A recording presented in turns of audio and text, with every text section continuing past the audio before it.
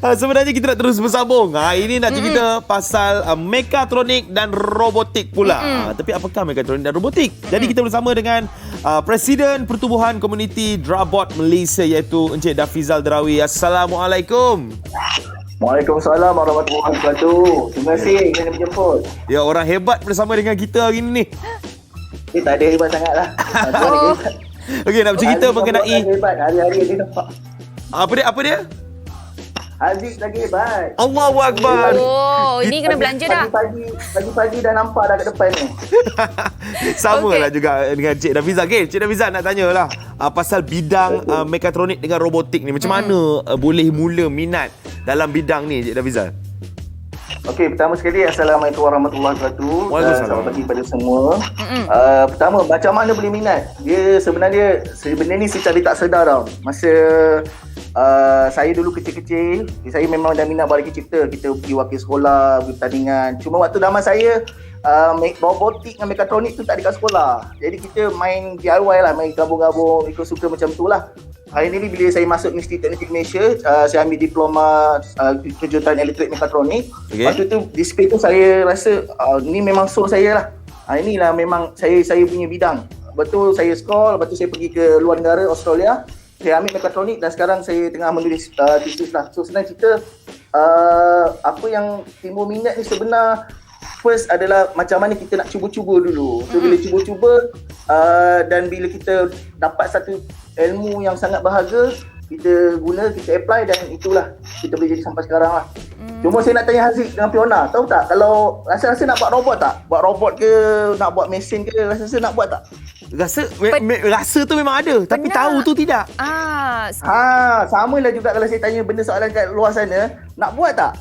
Jadi saya tanya Haziq, apa benda yang pertama kita kena buat? Ya, kalau kita nak buat robot, nak buat mekatronik, apa benda yang kita kena ada sebenarnya? Okey, Encik Dafizal, sebenarnya saya nak bagi tahu, dulu saya ahli kelab robotik.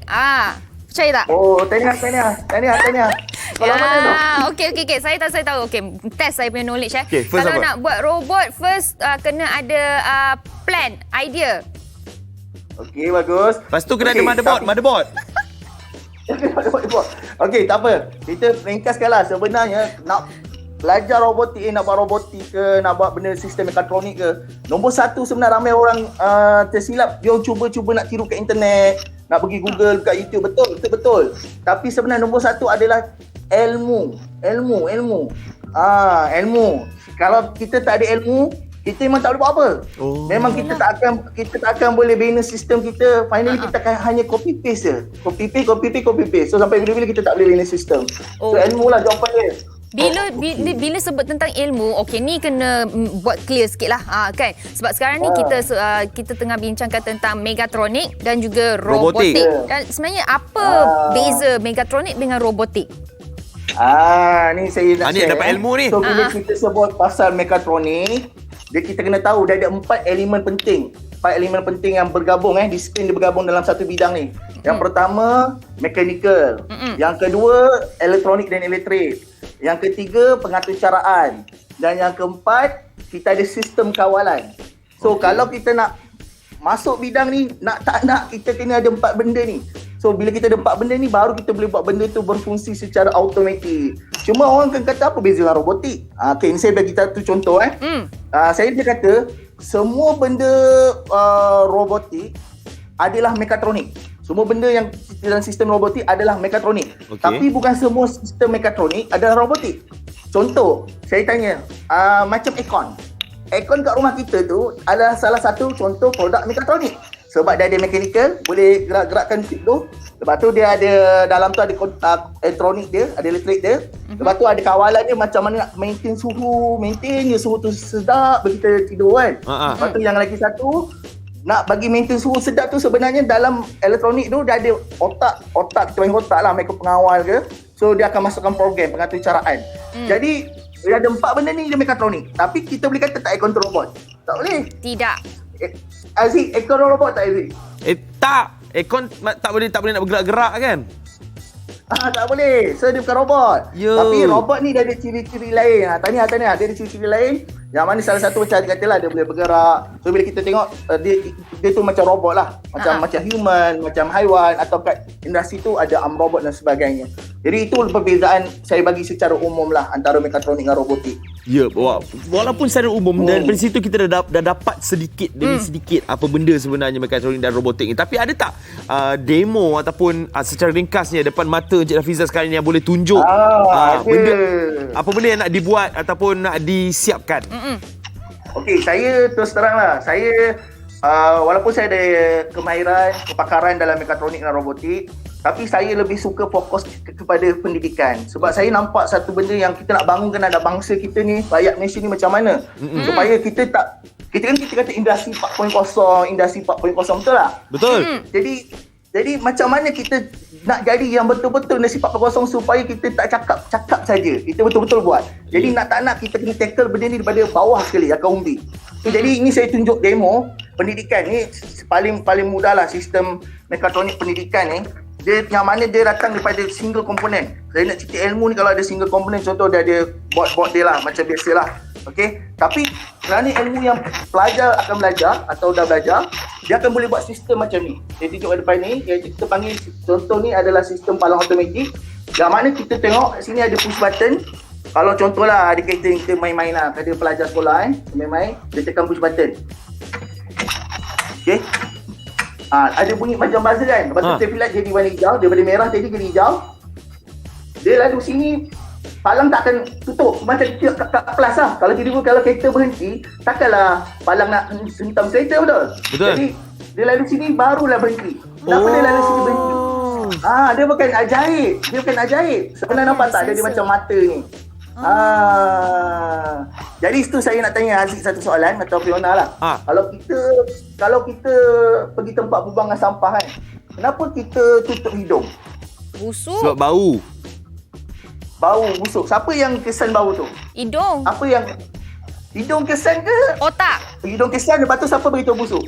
Otak kita yang bagi tahu. Pandai. Nampak tak? Sebenarnya sistem, kalau kita nak cerita mekatronik ke robotik, tak pergi jauh-jauh. Kita pergi tubuh badan kita je. Yang mana kita ada hidung, kerja dia kesan. Kesan bau, umpama sensor lah dalam sistem kita ni. Sensor contoh tadi dia kesan ada objek. Bau tadi, so kita bau dia masuk ke otak akan proses, akan kata busuk ni. So otak akan keluarkan output untuk gerakkan tangan tutup hidung. Asingkan tindakan tutup hidung. Contohnya ni, kesan objek tutup palang. Konsep dia macam tu. Kesan objek tutup palang. So nampak tak, sebenarnya robotik mekatronik ni mudah. Yang penting macam mana kita nak relatekan antara kehidupan kita yang sebenar. So baru kita senang nak faham lah ilmu ni. Wow, rasa macam tengah tengok Didik TV ni, belajar dengan Encik Rafiza ni. Kan dia macam belajar sesuatu tau. Kita dah. Okey, tapi ada tak kanak-kanak ataupun remaja zaman sekarang ni yang ramai berminat untuk belajar mekatronik dan robotik ni? Macam mana?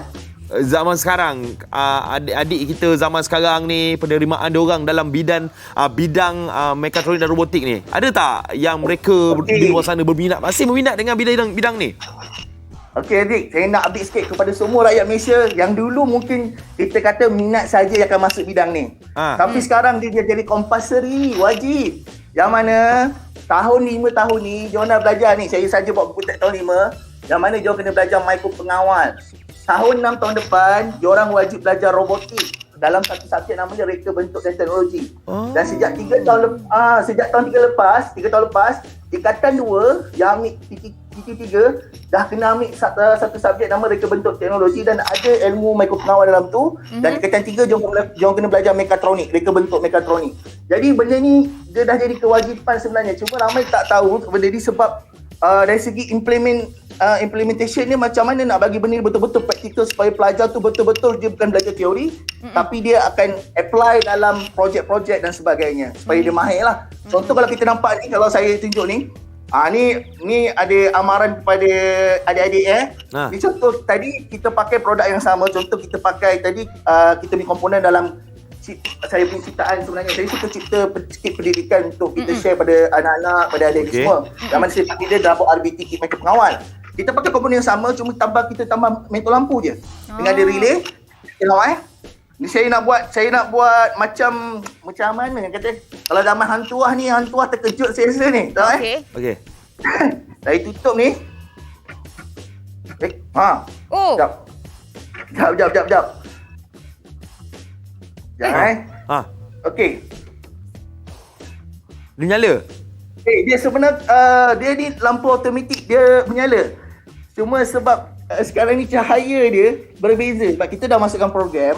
Cahaya dia dia ikut cahaya persekitaran. Jadi sebab tu tadi dia tutup. Sebab saya bila saya tutupkan tangan ni, sekejap.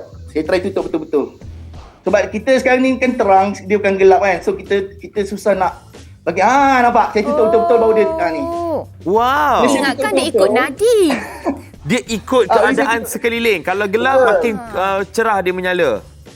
Pandai, itu nama dia sistem kawalan Haziq. Wow. Sangat menarik. Encik Nafizal. Okey. Kita kalau boleh nak belajar banyak benda lagi dengan Encik Nafizal ni. Tapi itulah masa memang biasa mencemburui kita Encik Nafizal. Mungkin kita boleh belajar menerusi Facebook Encik Nafizal? Kita Facebook kita boleh pergi /rabot.robotics.